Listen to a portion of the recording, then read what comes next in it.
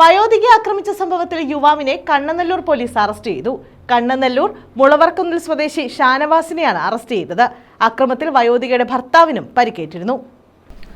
Kannanallur Muttakkavu മുളവറക്കുന്നിൽ കിഴങ്ങുവിളത്തെക്കതിൽ ഷാനവാസിനെയാണ് Kannanallur police arrest ചെയ്തത്. ഷാനവാസിന്റെ അയൽവാസിയായ വയോധിക അടുത്തിടെ വീട്ടിൽ CCTV ക്യാമറകൾ സ്ഥാപിച്ചിരുന്നു. ഈ ക്യാമറയെ ചൊല്ലിയുള്ള തർക്കമാണ് അക്രമത്തിൽ കലാശിച്ചത്. ക്യാമറ റോഡിലേക്ക് തിരിച്ചു വെച്ചിട്ടുള്ളത് തന്നെ നിരീക്ഷിക്കാനാണെന്ന് ആരോപിച്ചായിരുന്നു അക്രമം.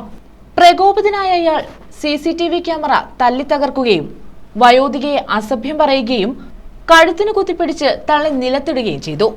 നിലവിളി കേട്ട് ഓടിയെത്തിയ വയോധികയുടെ ഭർത്താവിനെയും ഇയാൾ ക്രൂരമായി മർദ്ദിച്ചു. നാട്ടുകാർ വിവരമറിയിച്ചതിനെ തുടർന്ന് കണ്ണനല്ലൂർ പോലീസ് സ്ഥലത്തെത്തി പ്രതിയെ കസ്റ്റഡിയിലെടുക്കുകയായിരുന്നു. കോടതിയിൽ ഹാജരാക്കിയ പ്രതിയെ റിമാൻഡ് ചെയ്തു.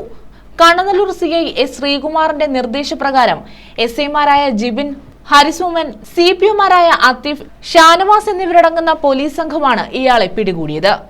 News bureau, Kundara.